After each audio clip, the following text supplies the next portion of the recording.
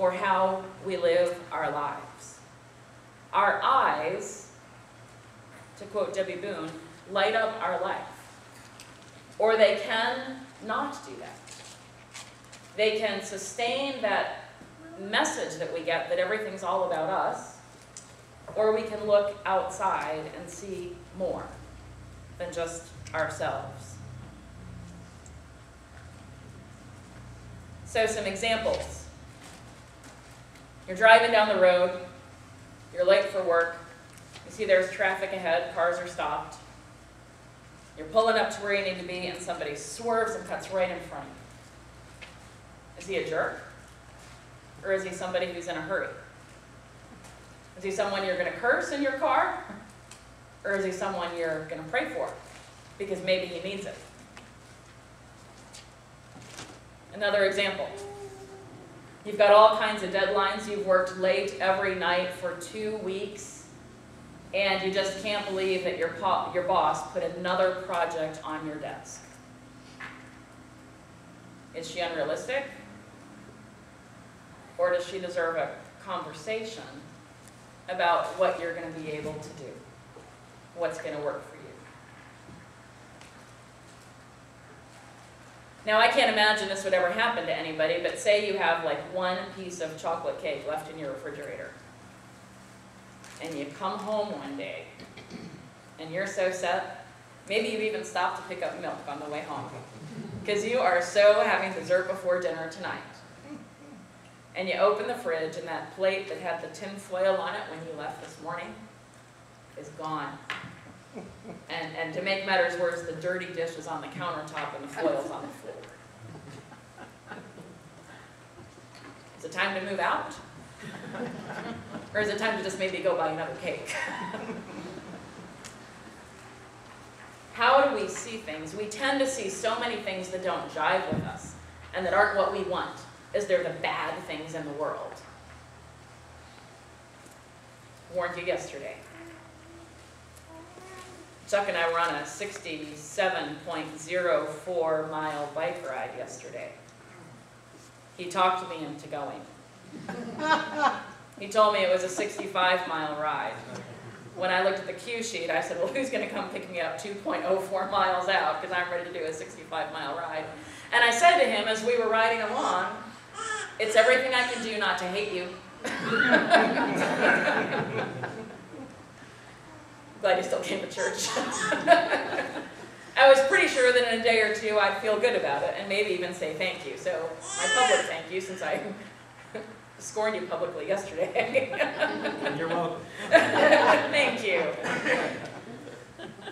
Do we look at the hills in our life? And by the way, next time I read a brochure that says a ride is happening in the foothills of the beautiful Blue Ridge Mountains, I'm going to think about what that means. But those uphill climbs in life, do we curse life?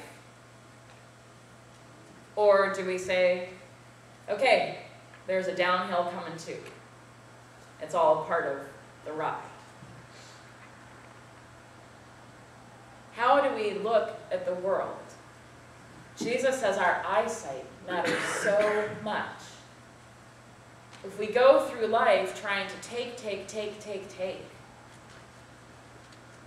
we end up just being filled with a kind of unhappiness, unworthiness, self-centeredness that is never going to be filled. And I love that Jesus shares this with us, because it's not like he's just giving us a judgment. He's not saying, if you don't see right, then bad boys and girls. He says, the key to your happiness and fulfillment is how you see. How you see life. What do you do with the people who cut you off? What do you do with someone else's unrealistic expectations? What do you do when someone takes the last dessert? What do you do when you face life's uphill battles? What do you do? There are 2 times in the Gospels that we have record of Jesus talking about light and what we do with it. One of them is in the Sermon on the Mount. And he says, you are the light of the world. No one lights a lamp and then covers it up. But no, they put it out where it can shine, where it can light up the world. And today he talks about our eyes being light, letting light into ourselves so that we can recognize what's real, what's true, what matters. I think we get into trouble when we race through our lives focused completely on ourselves. And don't get me wrong, I'm not saying that we don't matter. How we live our lives does matter, and God does love us, and we can do a really good thing by loving ourselves too. But when we focus only on ourselves, we miss out on something. The church for 1,000 years or so has had what we call the 7 deadly sins. There's a sermon series. That would really bring people in, don't you think? 7 deadly sins. But every one of them has a common root, and that's a self-centeredness. 7 deadly sins: wrath, pride, gluttony, envy, lust, sloth, greed. Every one is about what can I get that doesn't belong to me right now, but boy, it could. And yeah, I know I did have an illustration about chocolate cake. We separate ourselves from what really matters in life when we're in it just for us. The eye is the lamp of the body, Jesus says. Without light in our eyes, we end up stumbling through life. Almost like we're stumbling around in a dark room, and then we're surprised when we trip over the furniture, when we smash into a closed door. Jesus says, let light into your body by recognizing that you can give even more than you can receive. But then there's this grand paradox with that when we give, we finally get something back. One of my favorite stories is, it's a story that's kind of about stewardship, and it's about everything, really. There's a business traveler, and she has had a really hard week away on the road. She's gonna fly home. Her flight's delayed. She misses her kids, she misses her spouse, she wants to sleep in her own bed, because as nice as some of those hotels are, when they're not home, they're not home. So she really wants to come home. She's at the airport, her flight's delayed, not once, not twice, but 3 times. She goes into the gift shop and she picks up a bottle of water and a bag of chocolate chip cookies and she throws them in her carry-on.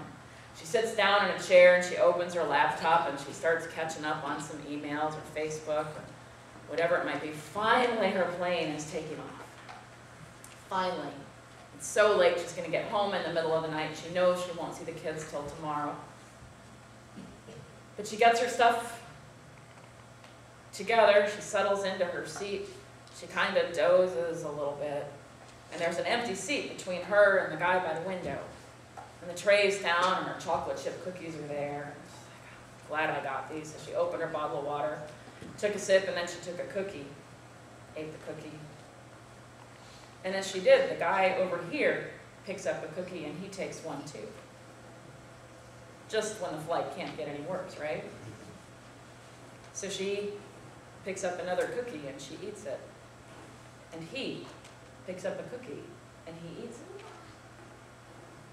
It's like, I can't believe this.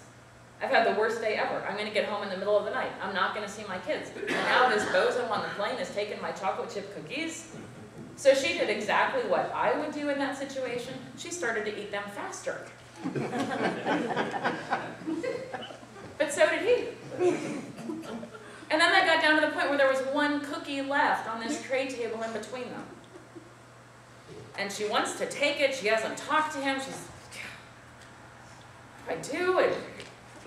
And she's thinking about what to do when he reaches over and he picks up the last cookie and he breaks it in half.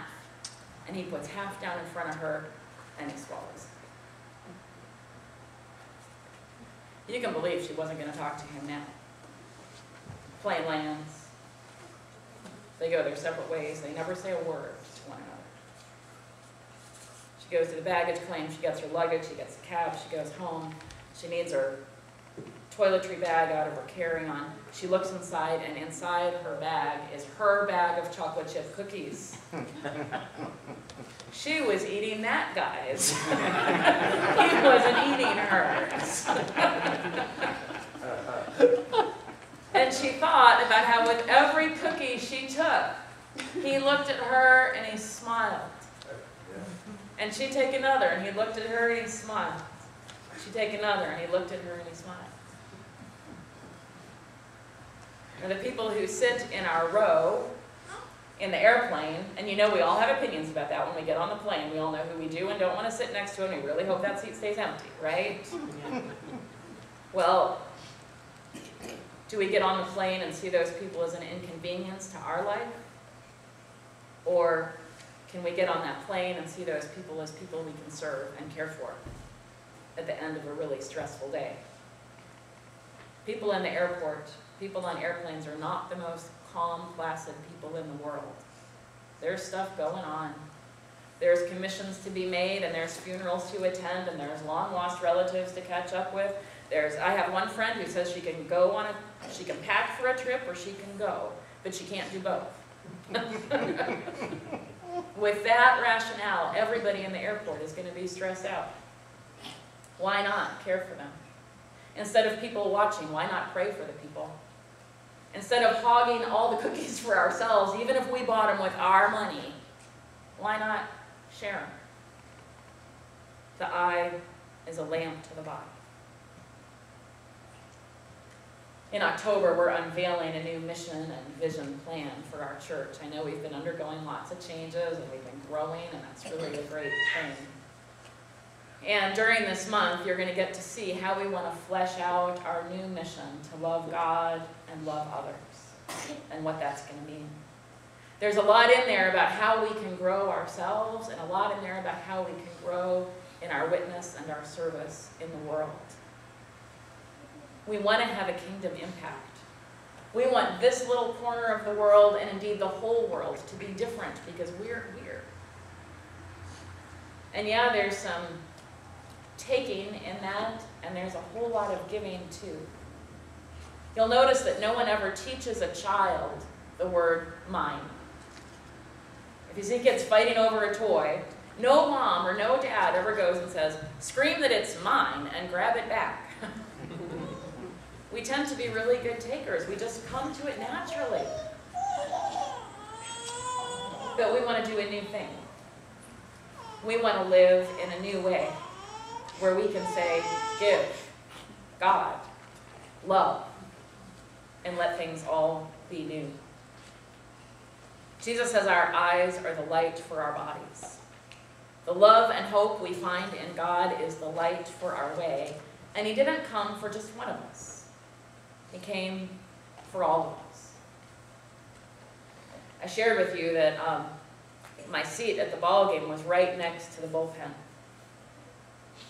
By the 8th inning, the pitchers, who wouldn't play again until next year, started just tossing the ball back and forth. And then they looked up at us in the stands, as though to say, does anybody want a ball? Well, there was a kid about 8 chairs down from me, and he had a hat that was bigger than his whole head. I don't know how he could see, because his hat went down to here, but I guess he could because his sunglasses kind of picked it up. He had big shades, he had his hat, and he had his Nationals jersey, and he was sporting this big old glove. And I could tell if anybody ever wanted to take a ball home from a game, that kid would be the one.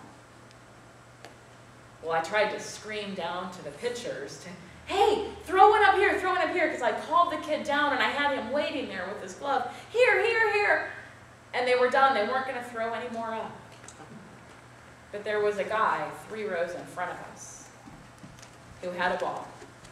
And he turned around and he smiled at the kid and he said, "Hey, buddy." And he threw it. And the kid caught it. And he clutched it. And he went home. Teddy won, and that was a big deal on Wednesday. But a bigger deal was that little boy got to take home a ball because the people around him wanted him to do that. Teddy will probably always remember the race. The Nationals will probably always remember that game. But that little boy, that ball is going to be on a lampstand in his house. And I hope he can tie it to the fact that people around him who didn't even know him loved him enough to give him a treasure. That's who I want us to be. I want us to love the people around us so much, and hopefully they will know us. But I want us to make a kingdom impact in the world, where we share the cookies, because they're not really ours anyway. They've all come from God, for the sake of the world. Amen. Okay.